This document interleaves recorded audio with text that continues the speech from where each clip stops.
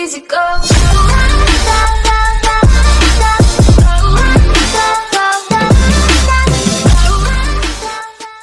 Hey guys, my name is Joe. This is the Lead Life Reloading, and welcome back to another episode of casting bullets and what we do with them after we cast them. So yesterday I took the opportunity to cast my new Lee mold, which was the Charlie 358-158 SWC Sierra Whiskey Charlie semi-wad cutter in 158 grain, 0.358 diameter.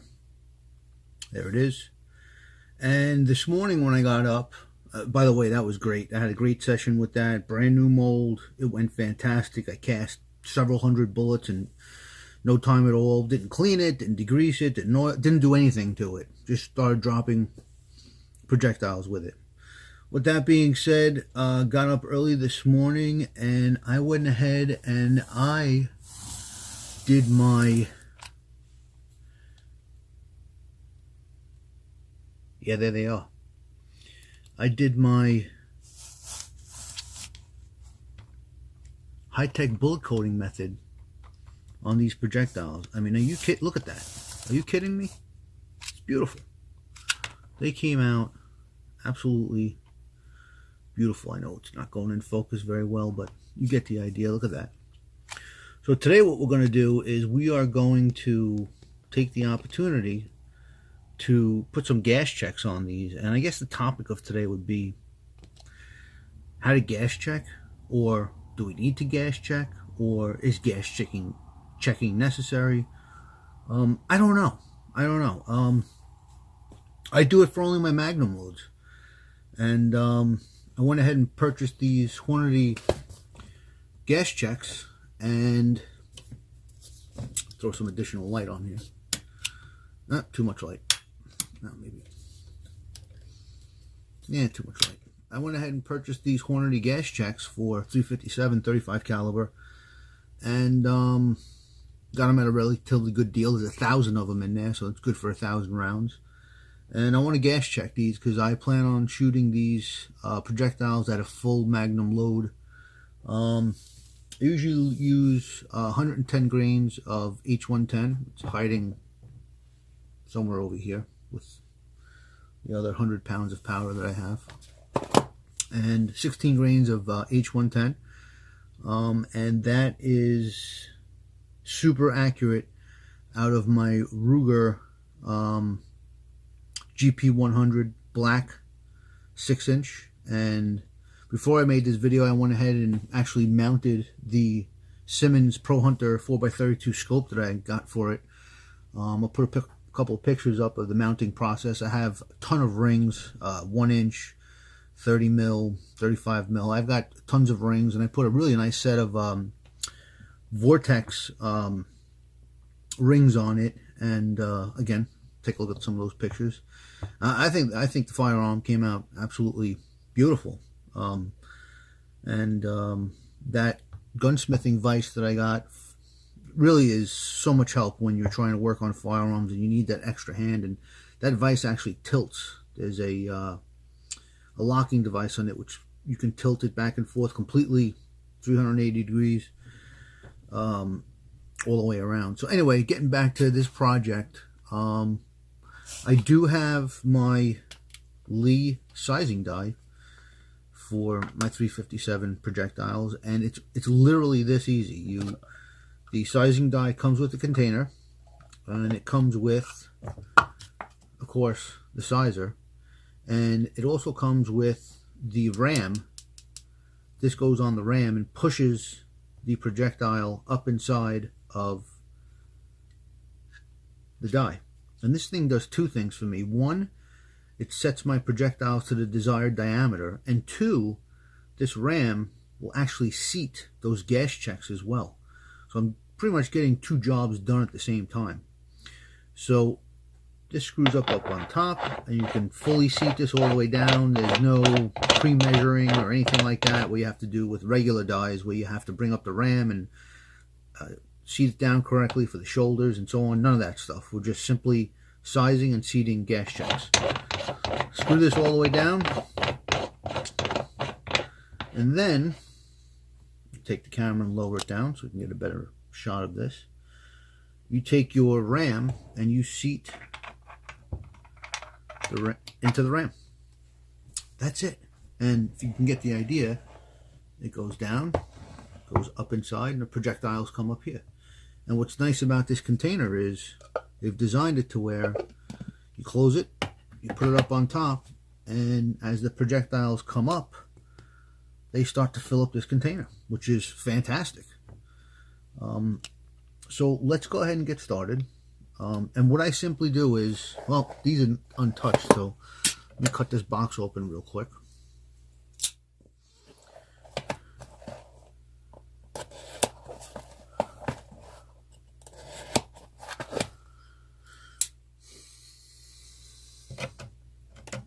All right.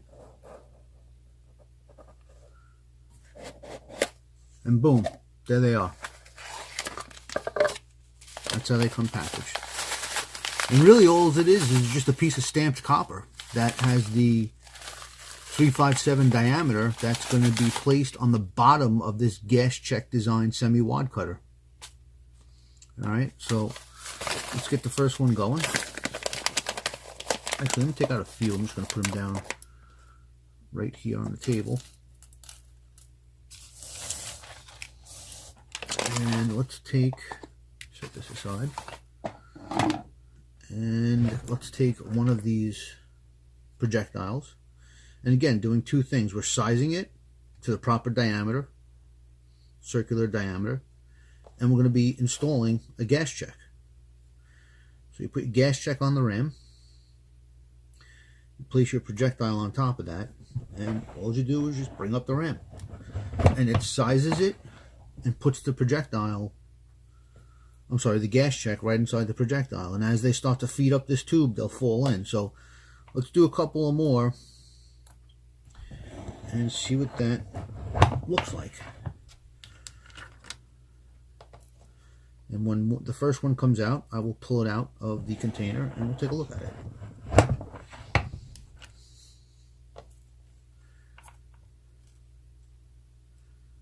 One of the easiest things in the world to do.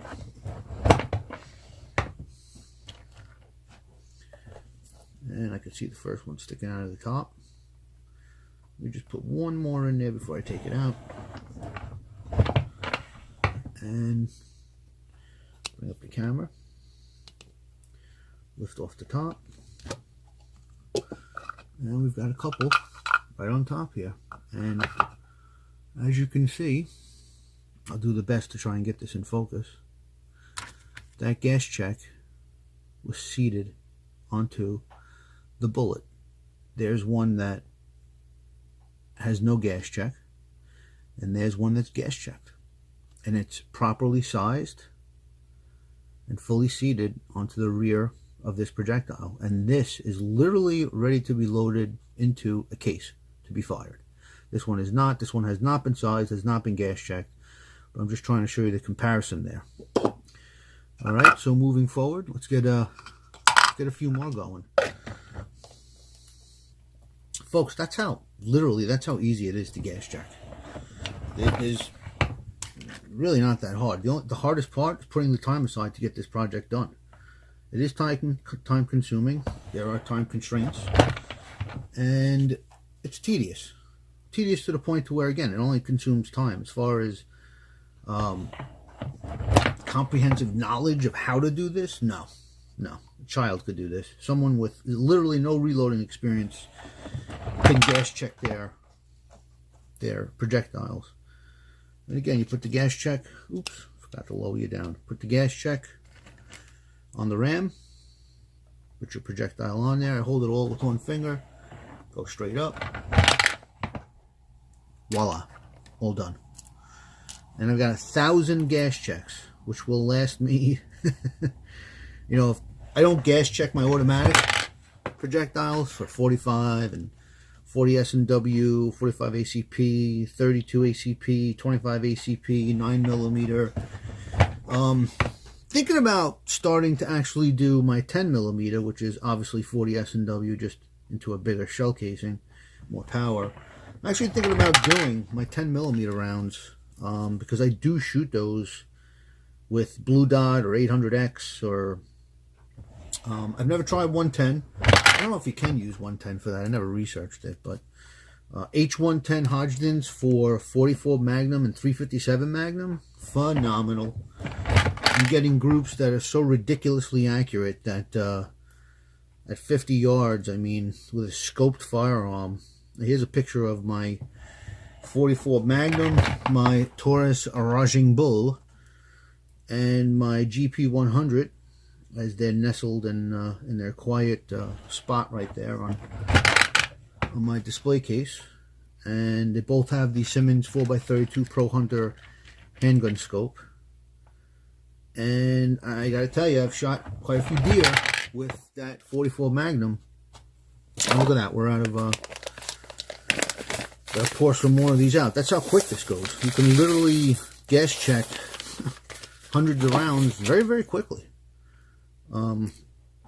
Yeah.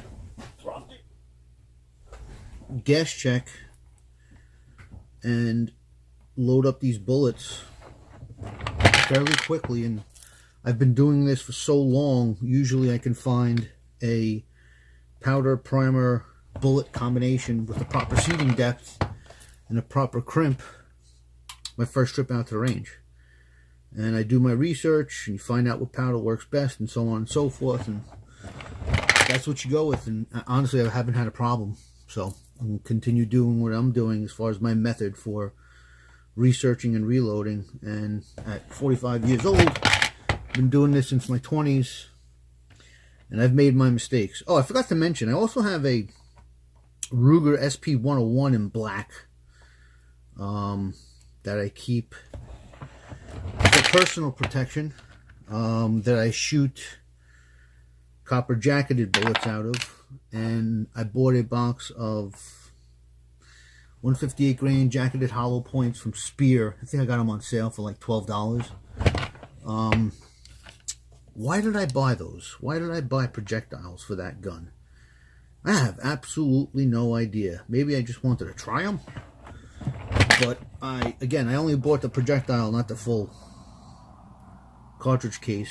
Factory ammo. I did not buy factory ammo. I do not remember when was the last time I actually shot factory ammo, to be honest with you. And so, just for perspective, what do you guys think about gas checking your bullets? Do you think it's necessary? Do you not think it's necessary? Is it a waste of money? Is it a waste of time? I have to size these anyway, unless they mic out to the diameter that I'm trying to achieve. I won't size them. But as far as gas checking, is it necessary? You know, I don't have that answer. I don't know. I don't know if it improves accuracy. I don't know if it improves velocity. I don't know if it further stabilizes the projectile. I don't know if it in fact keeps the barrel cleaner. I don't know if it in fact encases all the lead properly when it's going down the barrel. I don't have those answers. I'm not a scientist. Although I should have went to school for ballistics and did that as a trade.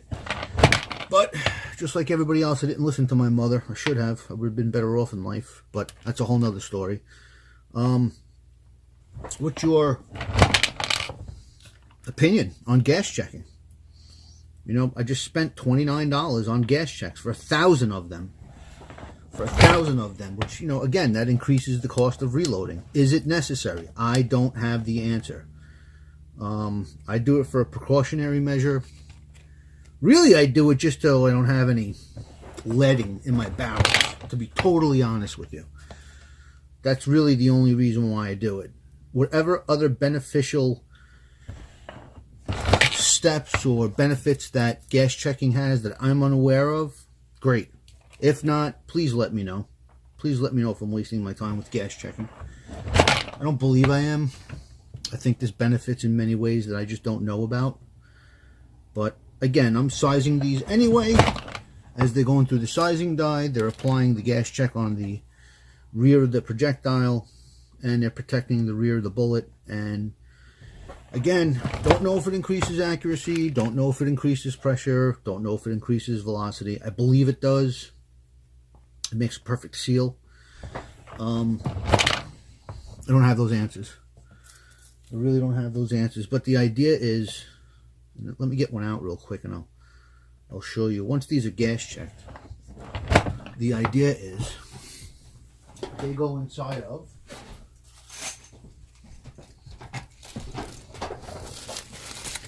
a 357 Magnum case. I do not shoot 38 Special. Yes, I know you can make 38 Special and shoot them out of a 357 firearm. I don't do that. 357 Magnum casing, 357 projectile. Okay? That's what that does. And it gets seated up to about right there. It does have a crimp groove right here, which I know you probably can't see. And I apologize for that. But this goes inside of here, goes all the way up to this first groove where my finger is, where my fingernail is. That's a crimping groove. These other grooves are called grease grooves, and these are the driving bands. Okay, so in actuality, if you can picture it, the bullet will look like that when it's done. Right there. Other than that, don't have any real factual statements that I can make as to what the benefits are for gas checking. Just again, real quick video. Didn't want to waste anybody's time today. I appreciate your time. If you can comment on this, let me know what you think when it comes to gas checking and if it's necessary and so on and so forth. I would greatly appreciate it. My name is Joe. This is the Lead Life Reloading, and hope to see you guys soon. Take care. Easy go.